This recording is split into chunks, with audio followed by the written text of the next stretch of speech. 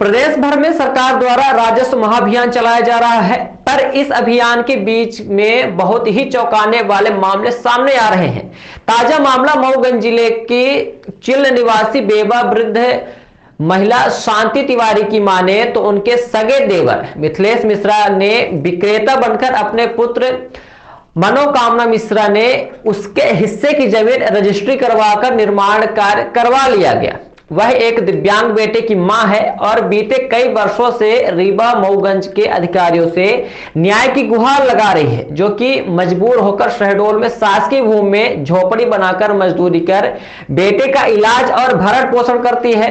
फरियादिया शांति मिश्रा को मऊगंज कलेक्टर अजय श्रीवास्तव से बड़ी आस है कि उसको धर्म के बेटे से न्याय मिलेगा, पर यह तो वक्त ही बताएगा उसे वाकई न्याय मिलता है या नहीं।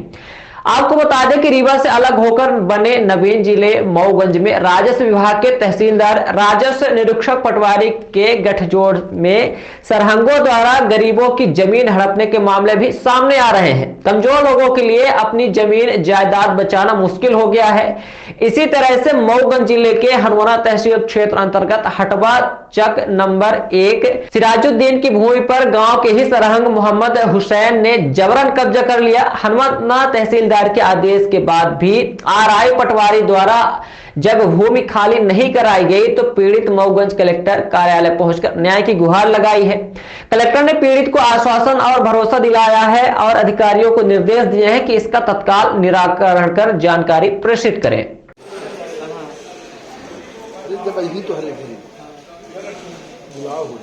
नाम आपका? शांति मिश्रा।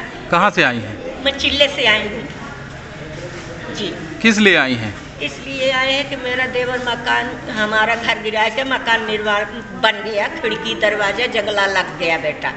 कोई रीवा गए, यहाँ जो मऊगंज मस्जिद से हुआ न्यायालय खुली तब से यहाँ आए, जब रीवा जिला रहा तो वहाँ गए। मोई को डोकर के कोई जिना नहीं भाई, घर वाले चले गए।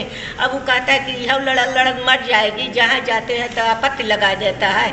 पुल्ली फाट हो गया तो जाके वहाँ आपत्ति लगा दिया कि इसका पट्टा पास ना हो, पट्टी पास तो स्टीएम की यहाँ पट्टा लगा दिया और इसका घर गिरा के रजिस्ट्री करवा दिया बेटा के नाम। आपका घर गिरा दिया? हाँ, हमारा घर गिरा के रजिस्ट्री पट्टा करवा दिया बेटवा के नाम।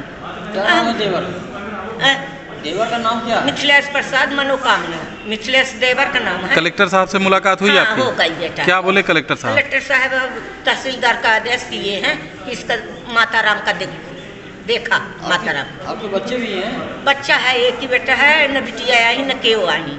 और परिवार वाले हाथ को पे कर। बच्चा छोटा है कि बड़ा है? नहीं, बड़ा है पर विकलांग है, चलता है गिर जाता है, चलता है गिर जाता है। उसी को बनी मजदूरी करके यहाँ से निकाल दी शहडोल में रह के, हम उसको दवाई जीवन अपना मजदूरी करके यहाँ गाँव में कहाँ का जाए करे तो मजदूरी करे के हुआ से सरकारी जमीन में झोपड़िया बनैलिए, किराया देते हुआ हो गई। तो वही में अपना बच्चा को लेकर निर्माण वहाँ शहडोल में रहती हूँ। वैसे ज़्यादा जमीन ही यहाँ है तो सब हड़प लिया। तो कलेक्टर साहब के आदेश से आप संतुष्ट हैं? हाँ, हमारे करवा दे कलेक्टर साहब तो संतुष्ट है। वो धर्म का बेटा है और वो ऐसा बेटा है, अब वो न करवाएंगे तो को करवाएगा? कलेक्टर साहब आपके धर्म बेटे हैं? हाँ, हमारे धर्म का बेटा है। अच्छा। अब वो नहीं के लगे नायन है, हमारे लगे और है को। बिल्कुल। जब वो न सुनाई करेंगे तो को करेगा बेटा है? हाँ, तो बहन है साहब का करा। तहसीलदार को आदेश कर दिए हैं कलेक्टर साहब? हाँ। क्या नाम है आपका? हमारा मोहम्मद आजाद नाम है। किस ग्राम से? हटवा चक नंबर 1 तहसील हनुमाना जी। कैसे आना हुआ कलेक्टर साहब के? यहाँ कलेक्टर ऑफिस में आए, हमारा ज़मीन में घर बना लिए। कौन? मोहम्मद हुसैन वगैरह। और तहसीलदार साहब आदेश किए, जब बेदखली का आदेश था, 8 दिन तक कोई कार्रवाई इसमें नहीं की। सीएम साहब क्या अपील की और अपील सीएम साहब खारिज उनकी के देता है कि यामन के लिए लगाया।